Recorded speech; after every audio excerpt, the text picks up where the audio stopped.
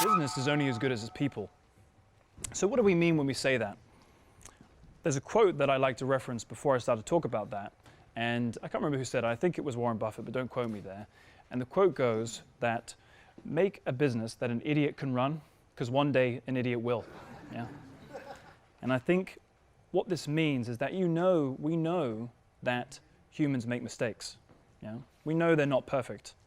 And we know that sometimes things can be lost. You hear about scandals with companies where someone represents the wrong values and something goes wrong.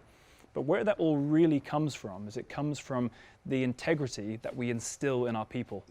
Because truthfully, a successful, robust business can afford to make mistakes, as long as not big mistakes. But what it can't afford is to lose its culture of having integrity. And when we say integrity, what we mean behind that is we mean this idea that everyone has the same value perception of what the company does and what it means to work there. Yeah? And where does this come from? Where do we create this? Training. Training is how we make this, by making sure that everyone is reminded of the values that we instill in the company. Now I return to this idea we talked about before, which is KETES, yeah? The idea of knowledge, education, trust, emotion, success. Yeah, so what we mean with this, when we apply this to training, what we mean is that we make sure that we have the facts, but we clearly communicate them in such a way that our own employees start to understand and they start to appreciate why the value is behind the company. So they don't just know it, they actually believe it, and they have it in themselves with that emotional equity into the situation. So I think what we need to do, what we need to focus on, is how do you train them? It's all good to say this, but how do you actually deliver on that? It's not all super sophisticated. Repetition, probably the most important thing. You need to demonstrate something to someone many, many, many times. I will do this with one of my companies in London.